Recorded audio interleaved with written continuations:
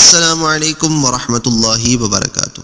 پیارے بھائیوں اور پیاری بہنوں، امید ہے آپ باخیریت ہوں گے۔ آج کا ہمارا ٹاپک بہت انٹرسٹنگ ہے۔ آج ہم خواب میں 3 مختلف رنگوں کے سانپوں کو دیکھنے کی سچی تعبیر جانیں گے۔ خواب میں سبز رنگ کا سانپ دیکھنا، خواب میں کالے رنگ کا سانپ دیکھنا اور خواب میں سرخ رنگ کا سانپ دیکھنا۔ اگر آپ ان تمام خوابوں کی تعبیروں کو جاننا چاہتے ہیں تو اس ویڈیو کو آخر تک ضرور دیکھیں۔ سب سے پہلے بات کر لیتے ہیں کہ خواب میں سبز رنگ کا سانپ دیکھنا، اس کی تعبیر کیا ہے؟ تو اس کی تعبیر 2 طرح سے کی جاتی ہے۔ اگر خواب میں سبز رنگ کا سانپ دیکھے تو یہ دشمن کے دیندار اور امانت دار ہونے کی دلیل ہے۔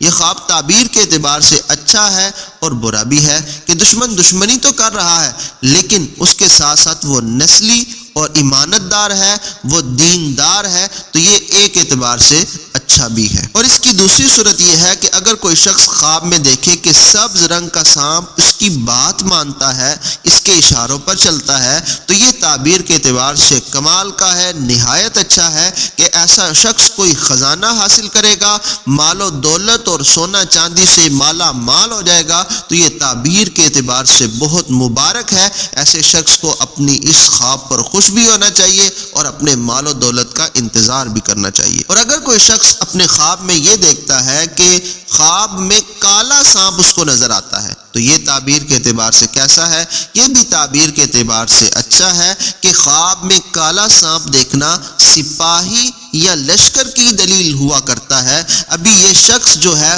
وہ کسی نہ کسی لشکر میں شامل ہوگا، اپنی جو سپاہی والی کوالٹی ہے وہ وہاں پر پیش کرے گا اور لشکر میں شامل ہو کر اچھا کردار ادا کرے گا۔ اور اگر کوئی شخص خواب میں سرخ رنگ کا سانپ دیکھے تو یہ تعبیر کے اعتبار سے کیسا ہے؟ یہ تعبیر کے اعتبار سے اچھا نہیں ہے کہ یہ دشمن کے فضول خرچ اور مالدار ہونے کی دلیل ہے۔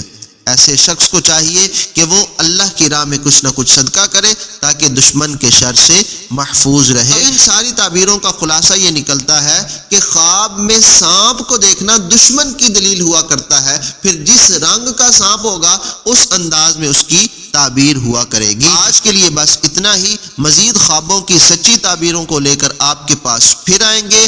آپ اپنا خیال رکھیے گا۔ اللہ حافظ و ناصر۔